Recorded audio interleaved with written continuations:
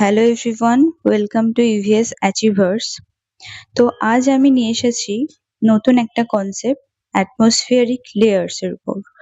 তো atmospheric layers মানে হচ্ছে আমাদের আর্থসের যে লেয়ার গুলো আছে, যেমন আমরা ছোট থেকেই পড়ে এসেছি ট্রোপোস্ফিয়ার, স্ট্র্যাটোস্ফিয়ার, মেজোস্ফিয়ার, থার্মোস্ফিয়ার, এক্সোস্ফিয়ার। তো এই লেয়ার্স গুলো অ্যাকর্ডিং টু টেম্পারেচার এবং অ্যাকর্ডিং টু কম্পোজিশন এদের ডিভিশন আছে। তো প্রথমে পড়ে নেব হচ্ছে অ্যাকর্ডিং টু টেম্পারেচারের হিসেবে। তো টেম্পারেচার বেসড লেয়ার গুলো হচ্ছে troposphere, then stratosphere, then mesosphere, then thermosphere, and তার উপরে আছে এক্সোস্ফিয়ার। তো এগুলো পড়ার আগে আমাদের অবশ্যই জেনে নিতে হবে কি ল্যাপস রেট। ল্যাপস রেট মানে হচ্ছে যে হাইটের সাথে সাথে টেম্পারেচারের যে চেঞ্জেস, যে পরিবর্তন, সেটা হচ্ছে ল্যাপস রেট। তো এনভায়রনমেন্টাল ল্যাপস রেট এটা সবসময় ফিক্সডই থাকে, তবে তার টেম্পারেচার এবং অল্টিটিউড, টাইম, লোকেশন অনুযায়ী সামান্য পার্থক্য দেখা যায়। প্রথমে আমরা পড়ে নিচ্ছি ট্রোপোস্ফিয়ারের ব্যাপারে। তো ট্রোপোস্ফিয়ার হচ্ছে আর্থের একদম ফার্স্ট লেয়ার, যেটা সেটা হচ্ছে ট্রোপোস্ফিয়ার। আর্থ সারফেস থেকে 12 কিলোমিটার মতো উচ্চতায়। কিন্তু এটা যদি তুমি যাও ইকুয়েটরের ক্ষেত্রে, তাহলে সেটা 18 কিলোমিটার অবধি দেখা যায়। কারণ কি ইকুয়েটরে টেম্পারেচার বেশি থাকে, যে গ্যাসগুলো আছে সেগুলো এক্সপ্যান্ড বেশি করে থাকে, তো ইকুয়েটরে সেটার 18 কিলোমিটার অবধি দেখা যায় এবং পোলের ক্ষেত্রে সেটা 8 কিলোমিটার অবধি দেখা যায়। এবার আমরা যাচ্ছি যে টেম্পারেচার প্রোফাইল এবং ল্যাপস রেটের ব্যাপারে। তো টেম্পারেচার প্রোফাইল, ওই যে আমি প্রথমেই বলেছিলাম যে ল্যাপস রেট কি। তো ল্যাপস রেট হচ্ছে যে টেম্পারেচারের পরিবর্তন, অর্থাৎ এখানে ট্রোপোস্ফিয়ারের ক্ষেত্রে কি দেখা যায় যে টেম্পারেচার ডিক্রিজ করছে হাইটের সাথে সাথে। আর ইএলআর অর্থাৎ এনভায়রনমেন্টাল ল্যাপস রেট, সেটা হয় 6.5 ডিগ্রি সেলসিয়াস পার কিলোমিটারে। এভাবে তোমরা দেখতে পাচ্ছ যে ট্রোপোস্ফিয়ারে কি হচ্ছে, তাহলে হাইট বাড়ার সাথে সাথে টেম্পারেচার কিন্তু কমছে। টেম্পারেচার কমছে হাইটের সাথে সাথে, হাইট বাড়ছে টেম্পারেচার কমছে, অর্থাৎ টেম্পারেচার -51, -60 ডিগ্রি সেলসিয়াস অবধি চলে যায়। ট্রোপোপজ কি, যে ট্রোপোস্ফিয়ারের উপরের যে লেয়ার, যেটা ট্রোপোস্ফিয়ার আর স্ট্র্যাটোস্ফিয়ারের মধ্যে একটা বাউন্ডারি তৈরি করছে, তো সেটা হচ্ছে ট্রোপোপজ, অর্থাৎ আপার লেয়ার অফ ট্রোপোস্ফিয়ার। পিবিএল কি, পিবিএল হচ্ছে প্ল্যানেটারি বাউন্ডারি লেয়ার, এটা হচ্ছে লোয়েস্ট লেয়ার ট্রোপোস্ফিয়ারের। তো এটা হচ্ছে পিবিএল। এর কি ফিচার্স গুলো কি কি আছে?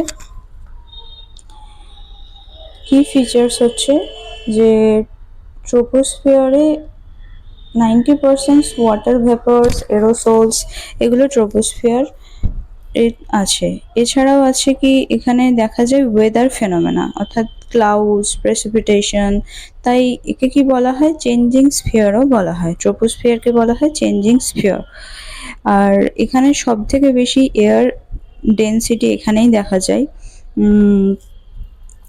এর উপরে কি থাকে, যে বাউন্ডারি, অর্থাৎ যে প্রথমে একটু আগেই বলেছিলাম ট্রোপোপজ, অর্থাৎ পজ কন্ডিশন। এখানে কোনো রকম কোনো রিয়াকশন হয় না, অর্থাৎ টেম্পারেচার এখানে স্টেবল থাকে পুরো। এটা একটা বাউন্ডারি লেয়ার ট্রোপোস্ফিয়ার আর স্ট্র্যাটোস্ফিয়ারের মাঝে।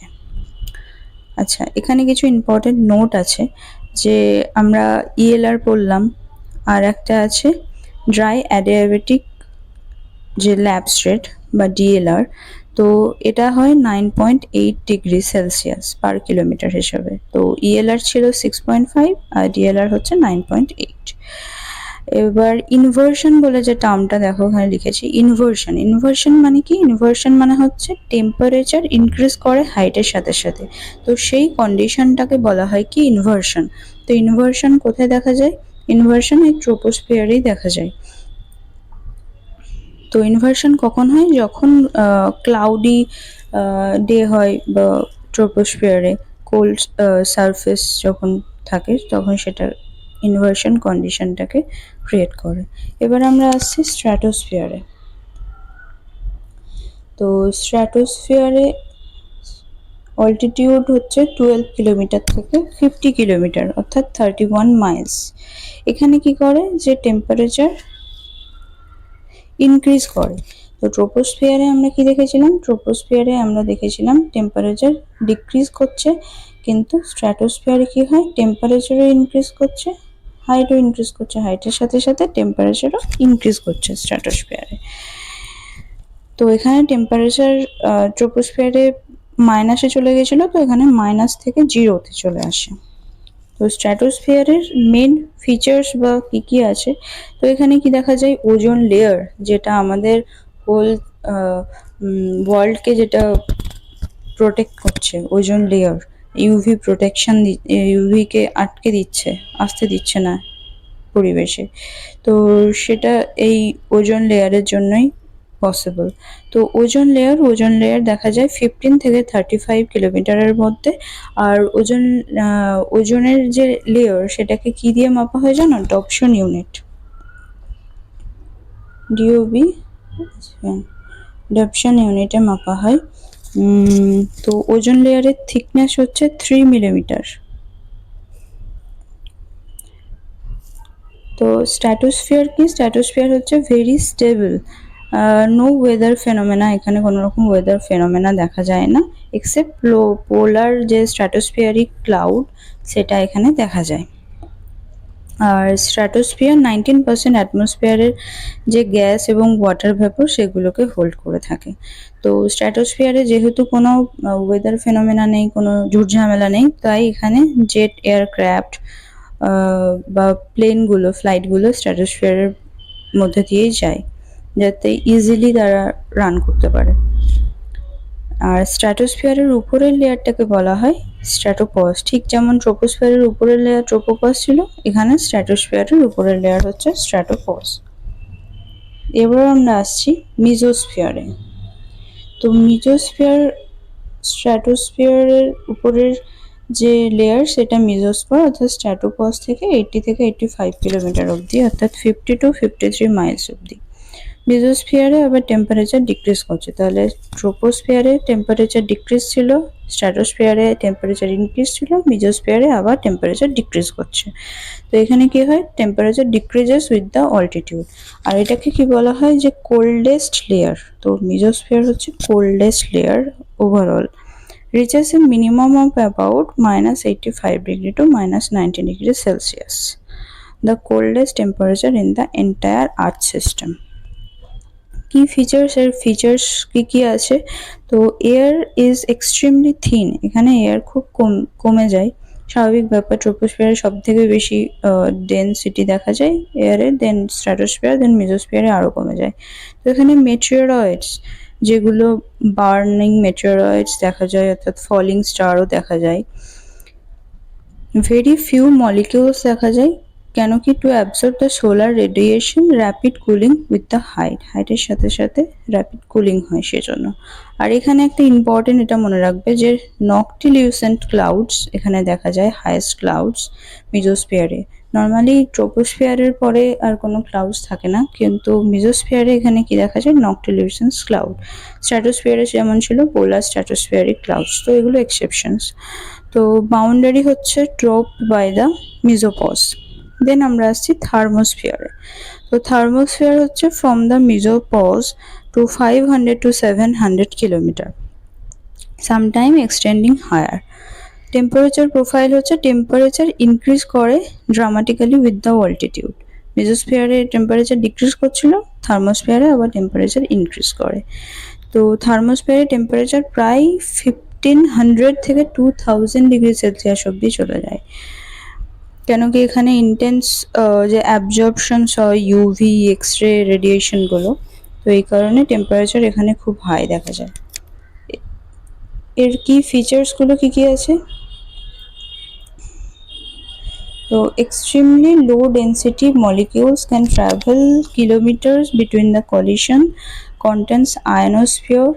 তো থার্মোস্ফিয়ার পরেই এর মধ্যেই থাকে অ্যাকচুয়ালি আয়নোস্ফিয়ার। আয়নোস্ফিয়ারে কি দেখা যায়, যে অরোরা বোরিয়ালিস, অরোরা অস্ট্রালিস, যে southern and Northern lights creates হয়, কারণ এখানে চার্জিং পার্টিকেলস থাকে, তো এরা একে অপরের সঙ্গে রিয়াকশন করে লাইট প্রডিউস করে। ইন্টারন্যাশনাল স্পেস স্টেশনস অরবিটস, এখানে অরবিটসগুলো দেখা যায় কারণ এখানে গ্র্যাভিটেশনাল ফোর্স খুবই কমে যায়, সেই জন্য এখানে স্যাটেলাইটগুলো অরবিটগুলো দেখা যায়। এছাড়া বাউন্ডারি লেয়ার হচ্ছে কি, যে transition to the thermosphere into the exosphere. Exospheres হচ্ছে outermost layer, sometimes included এই এক্সোস্ফিয়ারের মধ্যে হচ্ছে আউটার মোস্ট লেয়ার। এটা 10,000 কিলোমিটার অবধি এর বিস্তৃতি। টেম্পারেচার প্রোফাইল হচ্ছে এখানে not well defined profile, molecules except into the space. Features কি, যে স্যাটেলাইট অরবিট দেখা যায় and transition to the outer space extremely হেনাস। তো এই হলো সমস্ত লেয়ারগুলোর ব্যাপারে। এবার আমরা পড়ব যে প্রথমে বলেছিলাম যে টেম্পারেচার আর কম্পোজিশন অনুযায়ী ডিভিশন আছে, তো টেম্পারেচার অনুযায়ী গেল, এবার হচ্ছে কম্পোজিশন অনুসারে কি কি অ্যাটমসফিয়ারিক লেয়ারগুলোর ডিভিশন। তো ফার্স্টে আমরা আসবো হচ্ছে হোমোস্ফিয়ারের ব্যাপারে, এর কেমিক্যাল কম্পোজিশন অনুযায়ী ডিভিশন। তো হোমোস্ফিয়ার হচ্ছে ও একটা ইউনিফর্ম বা ওয়েল মিক্স স্ফিয়ার, 80 থেকে 100 কিলোমিটারের মধ্যে থাকে। এখানে কম্পোজিশন ইউনিফর্মলি থাকে, যেমন nitrogen, oxygen, argon, water vapours the variables always.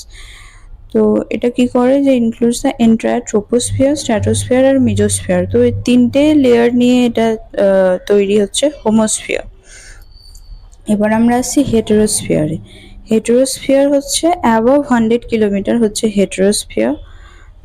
তো এখানে মলিকিউলসগুলো তাদের ওয়েট অনুযায়ী সেপারেট থাকে, কোনটা মলিকিউলার ওয়েট বেশি কোনটা কম সেই অনুযায়ী সেপারেশন থাকে, অর্থাৎ লেয়ার হিসাবে এখানে হেটেরোস্ফিয়ারে দেখা যায়। এবার একটা শর্ট রিক্যাপ দেখে নাও।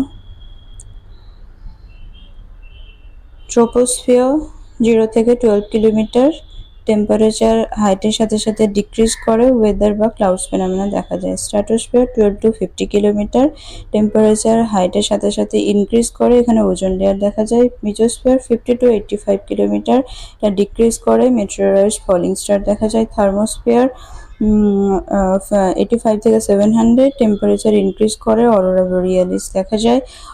এক্সোস্ফিয়ার গ্রেটার দেন 700 কিলোমিটার, এখানে টেম্পারেচার ভেরিয়েবল, স্যাটেলাইট অরবিটস দেখা যায়।